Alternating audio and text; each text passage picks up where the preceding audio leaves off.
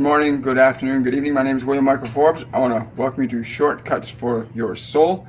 I'm a spiritual medium, a channel, and an intuitive life coach. And today I have with me Lady Athena, the Greek goddess Athena, the goddess of wisdom.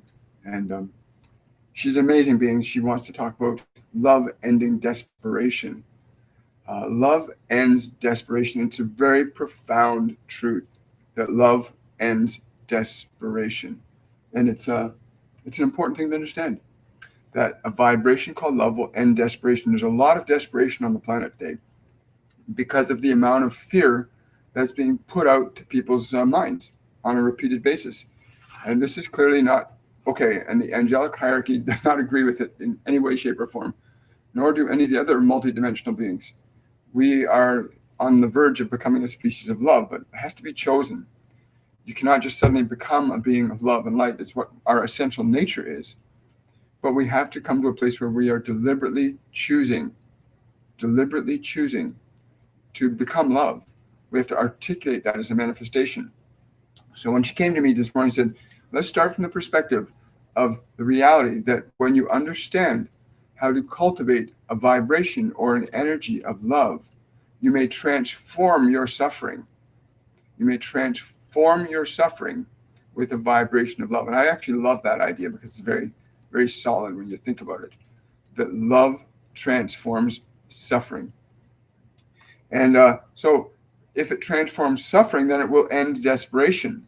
And this is a very important point, because if you're desperate, then your mind and your body are in high gear survival mode. Your mind and your body are in high gear survival mode. If you're feeling desperation in any way, shape, or form, you're in high gear survival mode. And then you've got to be able to dial that down. A vibration of love, once you understand how to articulate it, how to feel it, and how to transmit it to your body and to your mind. Remember, you have to transmit vibrations to your body and mind in order for them to change the way they're behaving. Most people let their mind run on autopilot, unfortunately, or they let what they hear in the news or what people are gossiping about direct what they think and feel and believe. And this is not a very good way to live your life if you're letting the outside world direct you. If the outside world were all love and light, if everything on TV and radios were about improving yourself and enhancing your quality of your life and improving your health and your vitality, they would be very good influences. But right now it's all about fear and what disease you might catch or what might go wrong. And that creates a threatening state to your body and mind.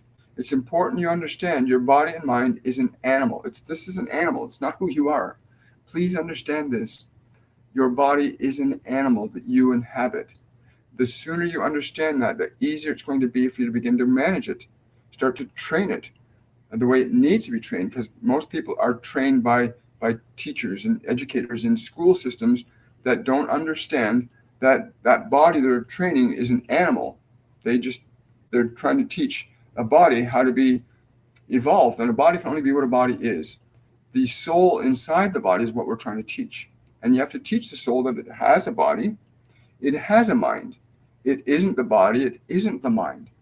And that soul can generate different feeling states at will. We can be trained to generate deliberate feeling states at will. This is so important to understand. So how does love end desperation? Because I have been desperate in my life before. On many occasions, I've been desperate where I felt completely out of control to the point where I wanted to end my life. I've been there, done that, bought the t-shirt. So I understand desperation very well. What I finally got to learn was this simple process of going into a different thought and feeling state, and then transmitting that thought and feeling state into my body. And what she's saying is, once you've got to become an internal warrior. You have to have the wisdom to know that you're not your body and your mind. And then you can fight what she calls the good fight. She calls it fighting the good fight. The concept of war from a metaphysical perspective, she is saying the concept of war from a mental perspective is overcoming the enemy of your mind.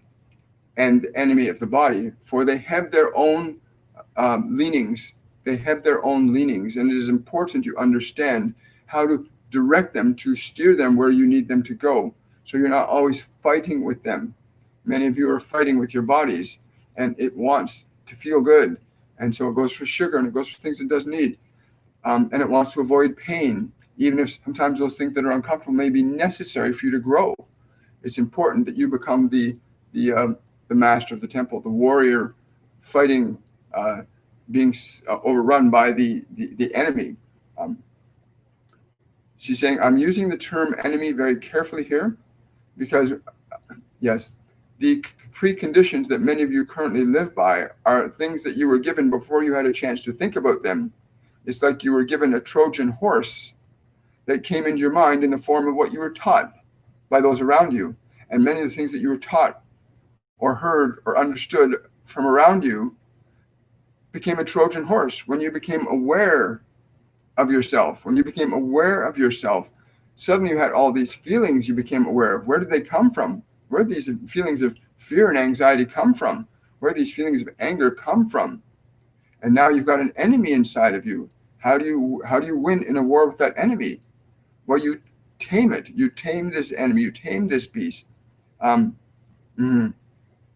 there's really simple things that we're gonna walk you through today. We've done this before. We'll do it again, and that's pretty much universal. I mean, we all have physical bodies. There are fundamental things that are universally true about all of our bodies. Number one is your body thrives on pain and pleasure. It enjoys pleasure. It avoids pain. All of our bodies have that functionality. It's universal. It's universal for everybody. Your body breathes. It needs nutrition. It needs to procreate. It needs shelter from the elements. It's got very basic needs that it's up to you to provide for it. In understanding the basic needs of the body, it's important you recognize that what you need and what your body needs may differ at times. You know, if you put out a bowl of antifreeze outside, animals will come and drink that antifreeze because there's a sweet sensation to the antifreeze, and they'll die. The antifreeze will kill them just because their senses have told them that antifreeze tastes sweet, feels good, so that they drink it. And literally within a couple of hours, they will be dead. It will cause the glycol and antifreeze causes kidney failure in animals. So understand that their senses deceive them. So it's important you understand that your senses must not be allowed to deceive you. You must take authority over them and reason if these things for your senses that make you feel good are right for your body. Are they actually right for your body? You know these things. And I would say do research. If you're going to eat something, you're going to drink something, do some research on it to find out how it's going to impact you. So the war has to be fought within us. The war has to be fought within us. And it's easy to win because you don't have to fight with guns and knives. You don't have to fight with aggression or anger, which is the way the world generally does from a physical perspective. Most humans still function on the animal plane of consciousness. You want to fight with love. And that's why what she came in this morning, when she came in, she said, love is the key. Love is the ultimate weapon for transformation. So when you are in a desperate state, you feel yourself going out of control, even for an instant. Do I have enough time? Even if you feel it for an instant, stop your body. Stop it. Take a slow, deep breath. When you take a slow, deep breath, you are asserting your authority over the animal. You're saying, okay, we're going to stop you right here. We're going to have you breathe. You're asserting an authority over the animal that the animal cannot assert over itself.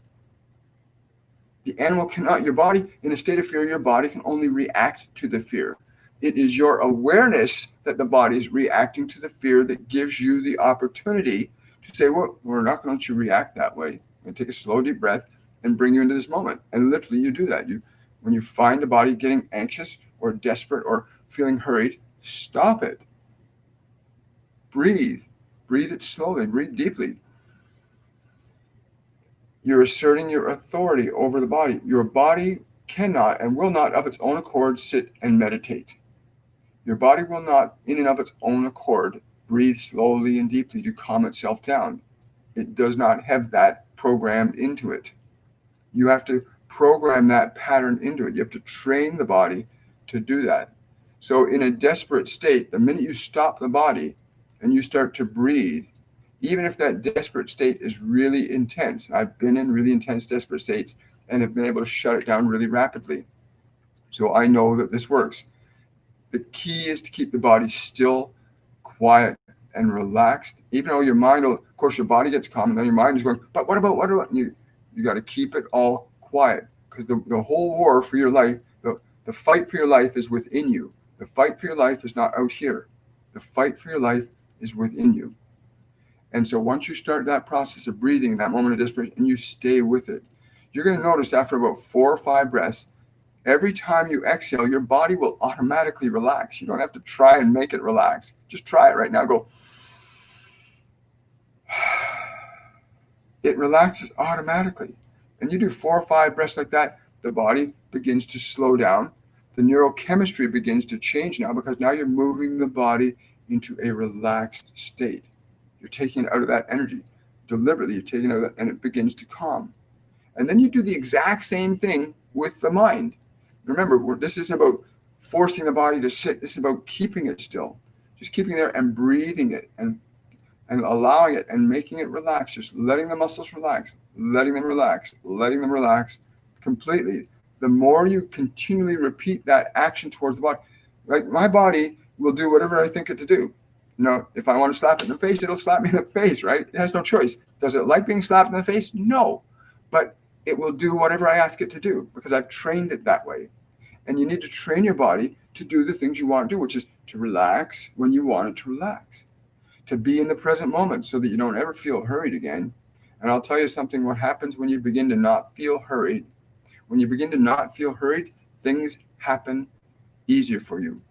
And there's an order that begins to unfold from an unhurried mind and an unhurried body. You begin to send out different signals to people. Events and circumstances begin to unfold differently around you because your energy is changing. Yes. She's saying that once you establish the position of authority, command over your army, she's calling this our army. When you establish command over your army, you can govern it to win any battle. By battle, she means you can overcome any obstacles that you may face in your life when you're in command of your army, your mind, your body, your thoughts. They're your army. That's what you come in. That's your equipment. You've come into this world to work with. She says once you have command over your army, you can rule nations. And she's saying by rule nations, she means having rule over whatever you choose to do with your life, whether you want to be a sculptor or a painter or a politician or a lawyer or whatever it is you want to be. That is a nation that you want to have. You want to be able to take over. You want to take over the nation of what it is you want to do, the expression of your being. Yes. Yes. So from the perspective of being the commander, and it. In true military fashion, it is always they who have control over the military that often win the wars. You must have control. You must be the military commander over your form, and you must teach it and educate it carefully. But many of you do not understand the simple process that we are illustrating for you today. Yes, of being able to breathe, to assert your dominion over your kingdom. over yes, and over anything that would seek to rule you, you must be its ruler. There is no thought within your mind that is greater than you. There is no emotion within you that you cannot tame. There is no action that you cannot direct your body to perform. But you must learn the simple process of being in command. Okay, I'm going to re-articulate the concept of command from her perspective versus being in a position of what? Being aware is being in command. Being aware, you have a choice that you can focus on a thought or not focus on a thought. Focus on taking an action or not taking action. You can direct the body to do what you want it to do. You can direct the thoughts to be still and quiet. They're meant to be your servants, not your master. She's saying once you have control over your military, I know I have a. I'm sorry, guys. I'm having a tough time with her using the term military, but that's a language that she understands best. That you become the chief in command of your mind and body, of your thought world, of your emotional world, of your physical world, and from that position of command, you can literally rule your world. You can yes, the different professions and stuff that you want to take on, and you can do more than one profession. You can be an artist, you can be a sculptor, you can be a politician, you can be many different things. You can rule many nations. I like that idea though. The idea of many nations, which is the different things you want to do with your life. You want to have mastery over whether it's riding horses or being a truck driver, or whatever it is you want to do, being a politician, being an inventor. Those choices to be or do something, you want to have mastery over them. And if you haven't learned how to run your thoughts and run your body, it will run you based on the programming that we've received from our past. And gosh knows, the programming I got when I was a child was absolutely crazy. It made me think I was lower than a snake's belly in a wheel rut, right? It made me think I had no value, the upbringing I was given. And I had to rewrite all that. I had to literally change and reorganize all that. And one of the beautiful things I love about what we're doing here with you guys is that and why we call this shortcuts for your soul is because I would like for everybody that hears these to not have to spend 30 to 40 years overcoming their personal demons when they can literally do it in a few months or a year. So it's literally shortcuts for your soul. These things are so elegantly simple and practical. Sitting and training your body to be still and quiet and relaxed on command, like a dog or cat, right? Training your thoughts to be the thoughts you want there, to release the thoughts you don't need there. Yes, to release, she's saying, to release from service those that no longer serve in your conquests. I like that. So the thoughts that no longer serve you in creating what you want with life, you want to release them from your mind and restore or hire in new thoughts that will actually support and sustain the kind of conditions you want to see expressed in your life. She's saying it's important to understand that the essences of each of us is unique and distinct, whether we are in form or not. But the fundamental principles for your growth and evolution are universal. The only difference between us and yourselves is the level of awareness and knowledge that you have cultivated while you exist in that physical form. And although many of you have had many extensive lifetimes, you have very little access to that information because of your localized identification with the self that you think you are in that physical body. As you begin to assert authority and command over your physical form, as you begin to assert authority and command over your thoughts and your emotions, you will begin to liberate your awareness to perceive that which is greater than what you think you know. And you will never know it all. You will continue to expand, but these are the first steps. Yes. So love ends desperation. It really does. So if you want to take a couple of breaths right now, take a couple of breaths and just let your body relax and deliberately feel the muscles relax when you exhale. If you do this, you'll learn it. When you learn it, you know it. When you know it, you know it, right? So take a couple of breaths and deliberately let all the muscles in your body, your face, relax. Just let them relax. Right? I would totally do that, but my body would fall to the floor if I told it to completely relax. It would literally do that. If I said let go, right, it would literally let go. And then take a few breaths and get the body relaxed. And then turn your attention to your mind. Turn your attention to the stuff that's going on. We know that's going on in a lot of you in the back of your head. Turn your attention to that and just ask it to go shush. You say, shh. Remember, if you don't tell it what to do, it's not going to know what to do. So literally, you can actually say to it, shh, repeatedly, gently, kindly, and keep the body relaxed. Because once you can keep the body relaxed, the mind is not going to be getting signals from the body that there's danger or something's going on. Keep the body relaxed. Use your breath repeatedly, slowly, deliberately.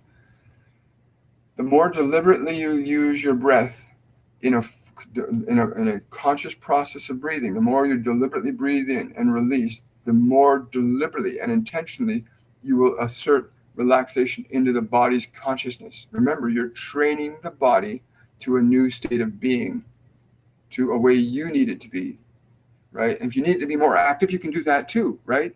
You can learn to shift it, but it'll shift on your command rather than running on autopilot. Oh my gosh, no, right? Which is what desperation is. Desperation, when people are desperate, they run on autopilot.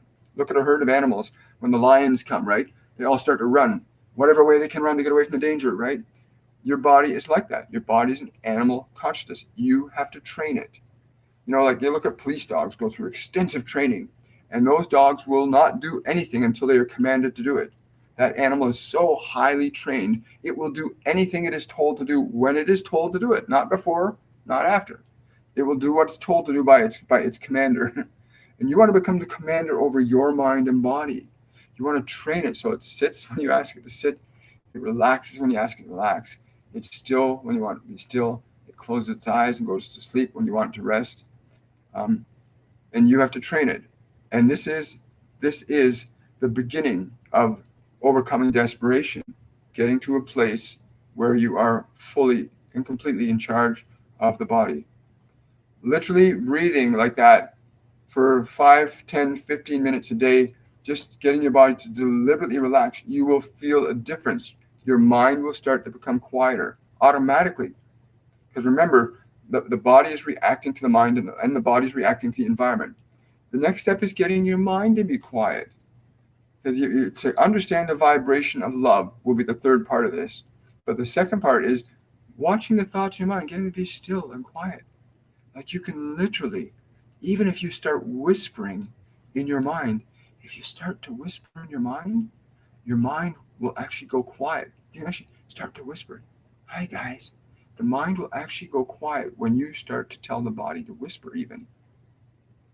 And once you can start feeling the mind responding to you, this is when the real magic starts to happen. When you start feeling your mind, that place that's filled with all the stuff from this world, from the TV shows and the teachers and the parents and the books that were not very positively influential on you, or the friends or the bullies that you've had to deal with. When you start to know you can quiet this down, there's nothing outside of you. There's nothing outside of you that will be able to take you over again, because you'll know how to control this. When you can control this, you can control your life. So the next step then is being able to get the body still, quiet, the mind quiet and still. And I used to do that all the time. And watch how the mind becomes quiet. And as you gain the awareness, as you, the one that's listening to me, the soul that we're speaking to right now, as you gain the awareness that your mind will do as you think it to do, as you ask it to do, as your body will, now you start to gain control over the system. Now you start to move into the position where you can begin to consider what you might want to create with your life, but not until you begin to know that you can keep your mind and your body in the position that you need them to be in at any moment. At any moment. The third step is love, a vibration. Yes, thank you. A vibration called love. Every single human being on this planet, regardless, if I ask them, what does love feel like to you? Most of the time I hear, it's just this feeling that comes around me. It's this warmth in my heart. I feel so peaceful. I feel joy. Without exception, everybody on this planet has some comprehension of what love would feel like for them. Whatever that is for you, you want to leverage that. You want to get in touch with that feeling that you call love inside. You want to really put your focus and attention on it. Because when you put your focus and attention on a vibration like love, it expands instantly. So you want to put your focus and attention on that vibration, and you want to let it fill your body. You want it to fill your body. And you want to fill the mind, fill that vibration of love. You can use your breath to expand and intensify any emotional energy. If you want to expand and intensify joy, you breathe it in. You want to expand and intensify love, breathe it in. Let it fill your body, let it fill your mind. And then just do those three things. Do those three things for a few minutes, a couple times a day. Sit the body down, or anytime you find the body getting a little off or getting a little anxious, stop it, relax, breathe, train it.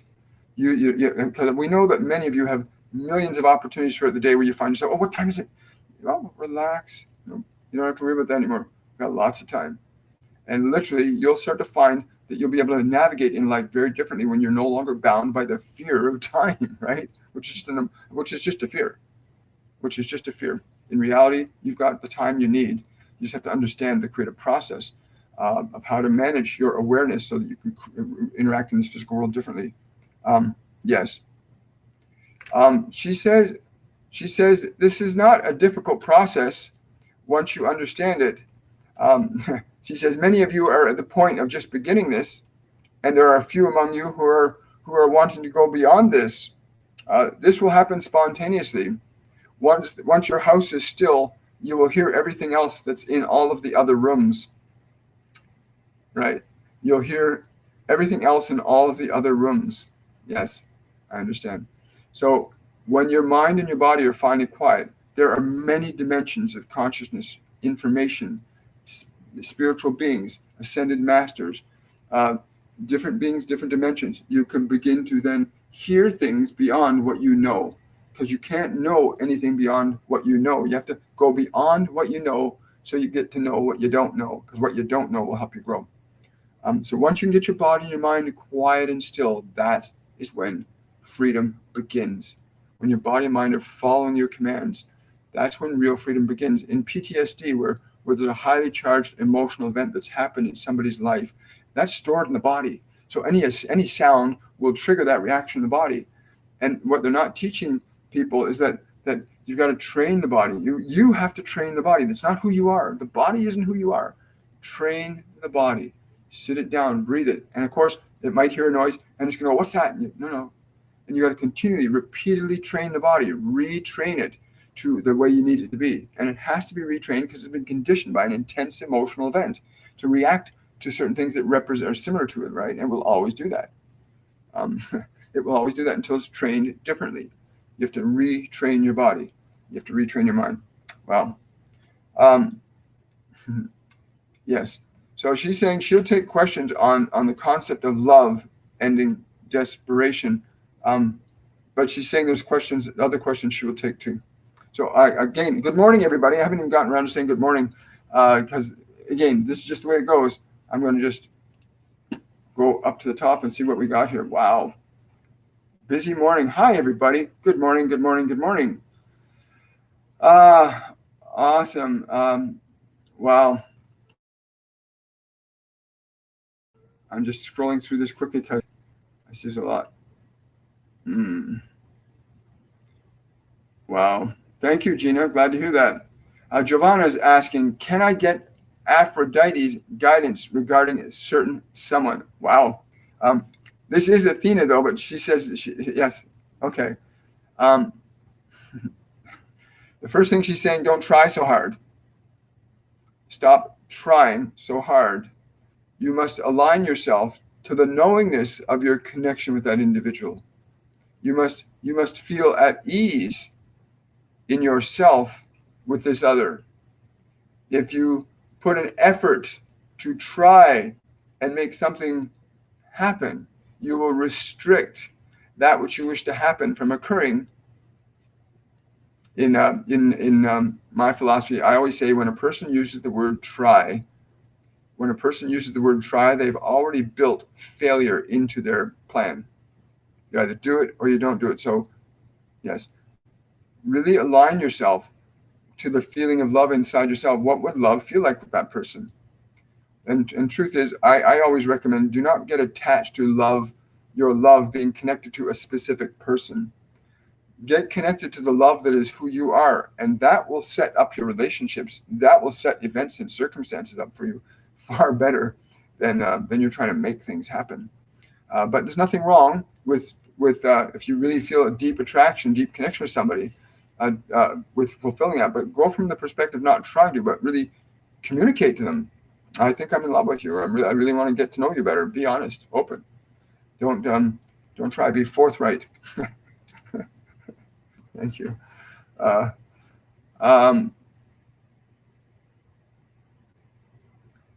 Okay, let's see here.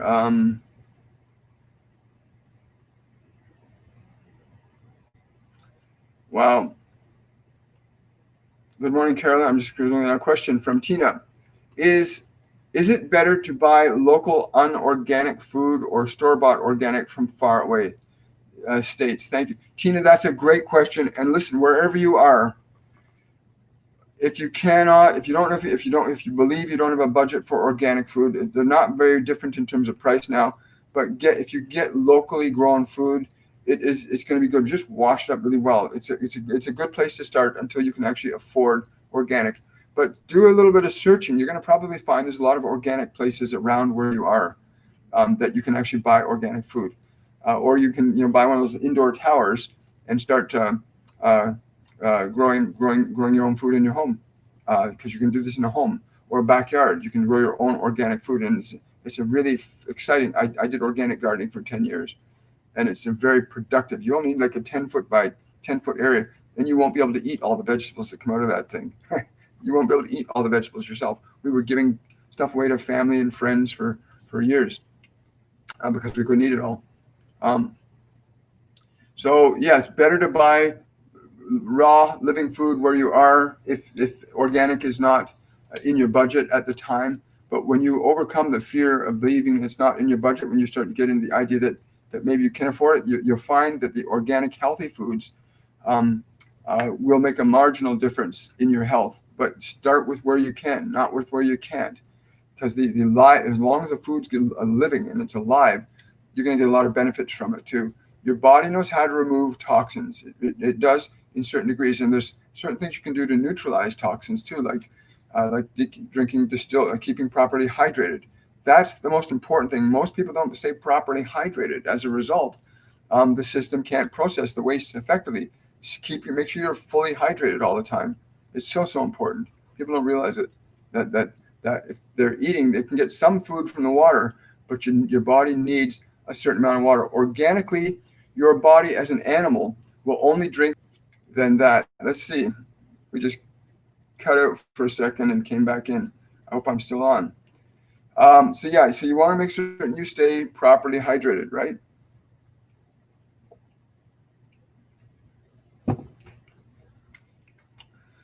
Okay. So I hope you got the answer to that question about organic vegetables. I hope it came through. I just realized it was disconnected for a bit. I see, Patricia, Giovanna, gotcha. You don't trust the message you receive directly? Yeah, you learn to trust the messages you receive directly. When you're meeting these beings on different levels of consciousness, they are actual beings. They're actual individual awareness. They're like, with the difference, they're not having a physical body. But you have to build a relationship. I mean, would you walk up to somebody you never met on the street before and give them a kiss? Or expect them to shake your hand right away? Would you expect a stranger to suddenly embrace you? You get to know them. Like, I've gotten to know these beings. They come in, they say hi, I say hi. Who are you? Yeah, and we have a communication. You build a relationship with them, just like you build a relationship with people in these physical dimensions. You build a relationship. It's not, you don't want to walk up to somebody and say, hey, take your pants down. No, you don't do that at all. You want to really build a relationship. You become familiar with them. And it takes practice and patience. And we have a process in the courses and classes that helps you practice learning how to get familiar with these beings and feel how they present themselves to you. Like little kids in the playground, little kids go on the playground and say, hi, my name is Johnny. And, oh, my name is Bobby. Or my name is Judy. My name is Kate. And they say hi. They start off and they say hi. What do you do? Would you like to play? Would you like to do it? And they start to get to build a relationship. The same thing with these non-dimensional beings, these physical masters. You can't just expect them to jump in and start being with you. Build a relationship with them. And we show you how to do that in the courses and classes. Okay. Oh, you're welcome, Earth Angel. Question from Katie. Any guidance for how to deal with the evil eye? Okay. I don't know who this is coming through for you, but they're laughing so hard. I mean, they're laughing.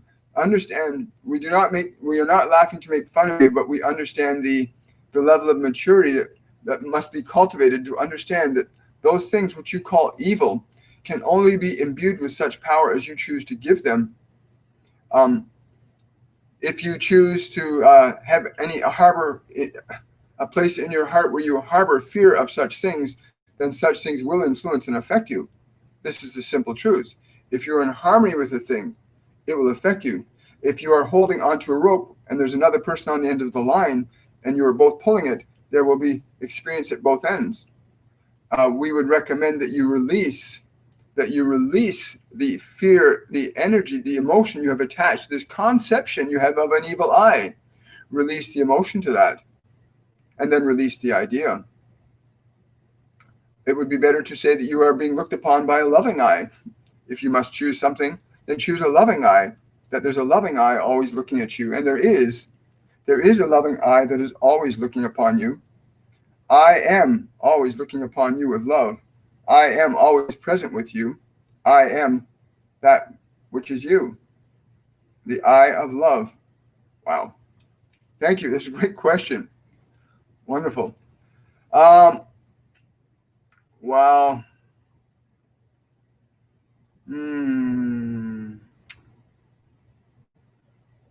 Giovanna.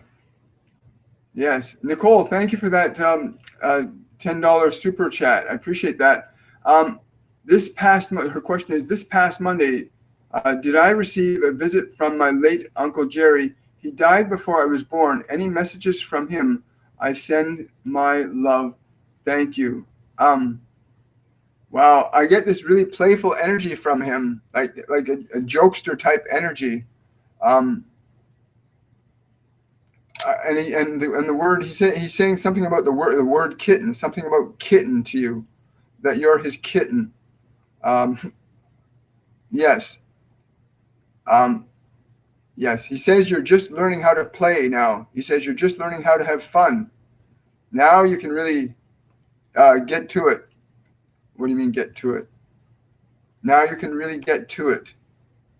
Again, I don't know what it's in reference to, but now you're beginning to play. And with that, you can really get to it. Wow. But he feels like a real jokester to me. And please connect with whoever knew him and find out, because he's got the jokester energy, playful energy. He wants to have fun. He doesn't want to get serious. Cool. Thank you, Nicole. The breath. Yes. Patricia, I want to say something about the comment. Desperation is a low-level vibration. It's your body's way of responding to what is a real or imagined danger. It's your body responding to a real or imagined danger. That's what desperation is. Your body responding to a real or imagined danger. Most humans are identifying themselves as the body. So when the body is reacting to even thinking about scary things, and the body's going downstairs in your basement, nobody's there, but your party is going, there's something down there, and your body's anxious. Your body gets afraid. The body is not who you are. As long as you're caught in being the body, then you're going to be caught in thinking you're feeling that way. But the body's only reacting to real or imagined events, because it can't distinguish between fantasy and reality. You can, right? So it's very important. Once you understand the distinction between you as an awareness and your body as an instrument that you express your divinity through into this world to share what you came here to share with the world, once you learn that difference, now you can have authority over it. As Athena was saying earlier, understanding this is your army, your thoughts and your body are your military machine for conquering life, conquering the things you want to conquer in life, right? She's saying, yes, to be mindful of that word for the terminology is my language, not this one's language. So I would say to be able to master anything you want to master, to become what you want to become, to do what you want to do. When you have authority over your thoughts and your body, there's nothing on this planet you cannot be or do or overcome. Thank you so much. Wow. Wow. And yeah, the process is really simple. Like I love that they had me do this and have me doing this every day, because it's needed. Every day your minds are being bombarded by TV shows, radio programs, fear this, fear that. Oh, don't trust your neighbors. Oh, you can trust. No, we have to put out a different message consistently and powerfully, that love is the dominant energy on this planet, that creative love and its expressions are more powerful than any fear. And once more humans realize that their body is not who they are, it's an instrument they have, the more people that become aware of that truth, the more we're going to see people being liberated from the fear that's continually being propagated by mass media mechanisms. And whereas those mechanisms can also be used to do the reverse. There are shows that are out there, private networks, public channels that support a whole other paradigm of energy. And so I love that we get a chance to reestablish this frequency back into human collective unconsciousness. And there are many ascension people on the planet. Many of you are out here doing this.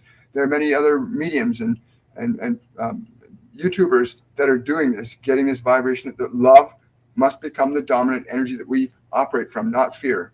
Surrender love. Surrender fear and restore love, right? Surrender fear and restore love. Yes. Oh, you're welcome.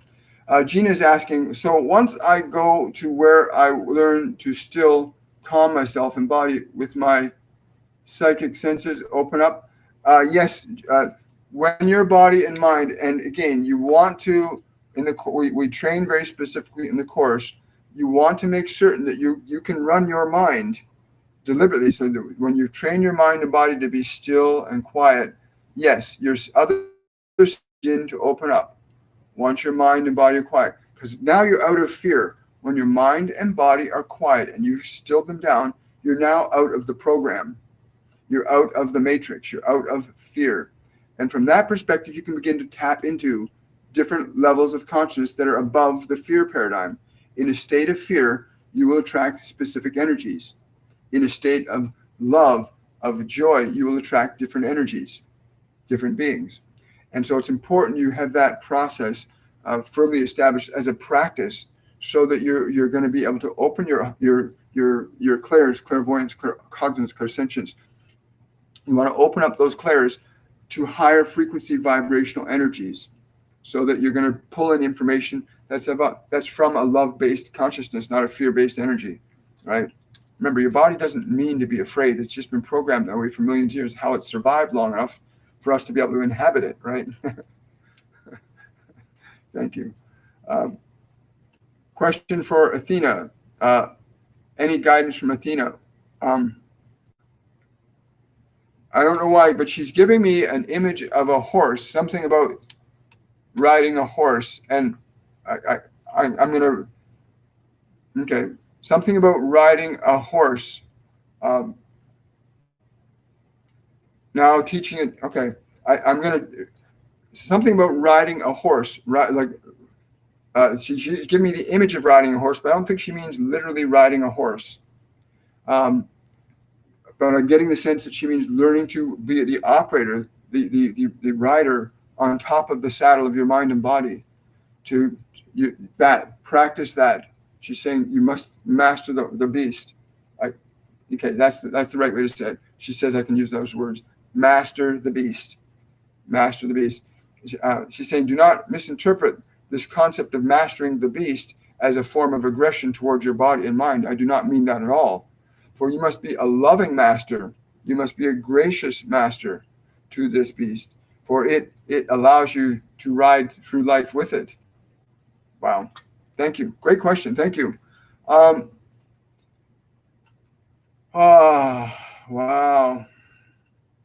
Where are we here?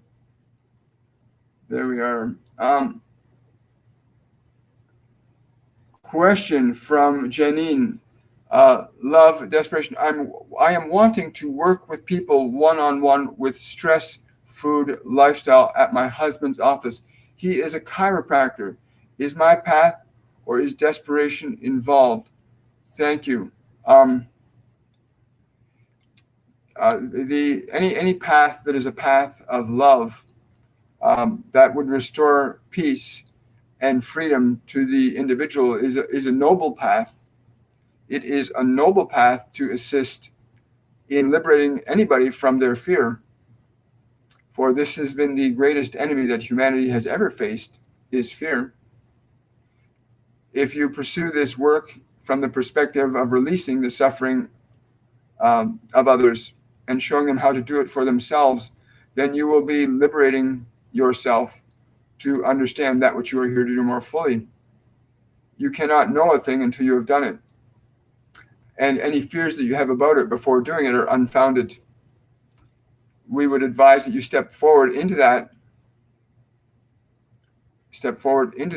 and experience it.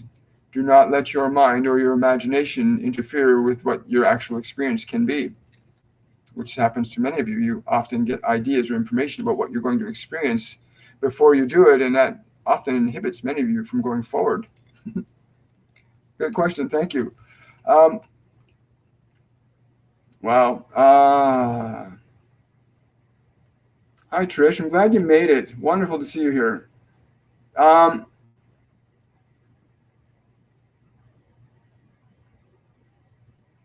Okay.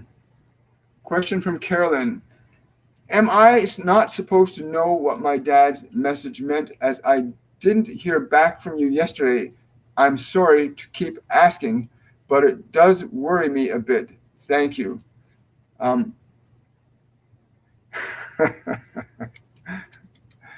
He says, it is time to cease your worrying. You were never really much of a worrier. You were always more of a warrior. Don't fight so hard. Don't fight so hard. And surrender that. Surrender that which you hold from before. Surrender that which you hold from before. Time is not that important. He's saying time is not that important as well. Please let us give us information back on what you got from that.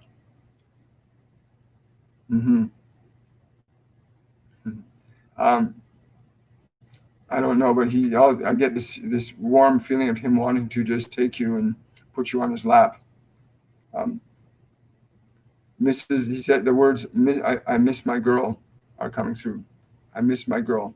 And he doesn't mean in the sense of his being, but in the sense of that physical interaction that used to be there. Interesting.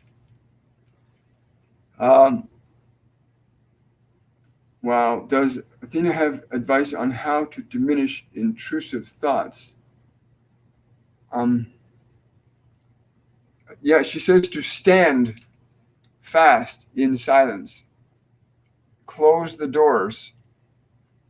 Even if they push the doors open, close them again. Even if they push the doors open, close them again. Keep the doors closed. And be in the silence.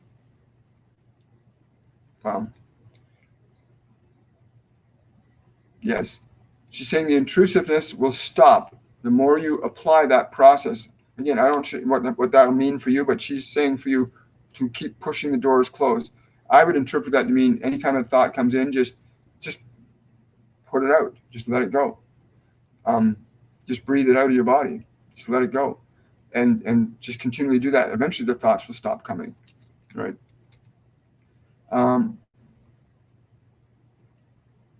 Oh, I'm glad to hear that, Janine. Oh, hi, Trish. Thank you for that $5 donation. I appreciate that, Trish. Please confirm, am I connecting with my higher self? I get this big yes, but you need to spend more time feeling it here. They're saying that you're trying to connect to it up here.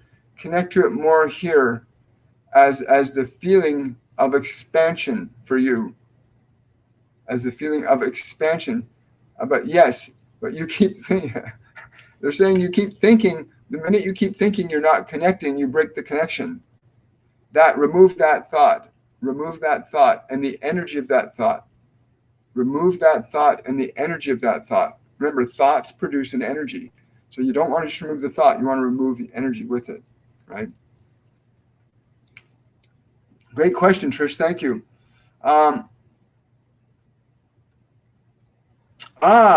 Here's a powerful question from Bo, and it will be the last question we take of the day because I'm excited. Bo is asking the question: My daughter, who has cerebral palsy, is asking if she can retrain her brain to fix that part of her brain. I can say from my own experience with my right foot, which broke, remember, the consciousness, the life in your body, whether it's the cells in your brain or the cells in your feet, every cell contains a DNA map. Within each DNA map is the full knowledge and awareness of every part of your body and how to become every part of your body. The process of emotionally getting into such a powerful, positive feeling, like, look, see, just me getting that energy, my body's reacting, the cells in my body responding to the energy that I'm generating, right? And the more potently that energy is, the more pronounced the effect is. People go to the concerts, the more excited they get, the more they jump up the energy, they build the energy up, and the cells in the body take that energy on. So as far as restructuring a part of the physical, any part of the physical body, if the emotional charge in the brain, in your awareness, if you can generate a strong enough emotional charge, and this is where a lot of people give up. They don't realize that the emotion has to be generated and sustained repeatedly over a period of time till the body learns the new thing. It's like I write with my left hand dominantly, right?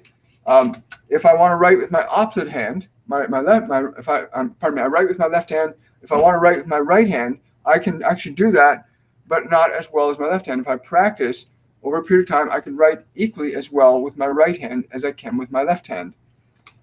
So you want to get the new idea so emotionally charged up so much that the cells begin to take that function on wherever you're directing that energy.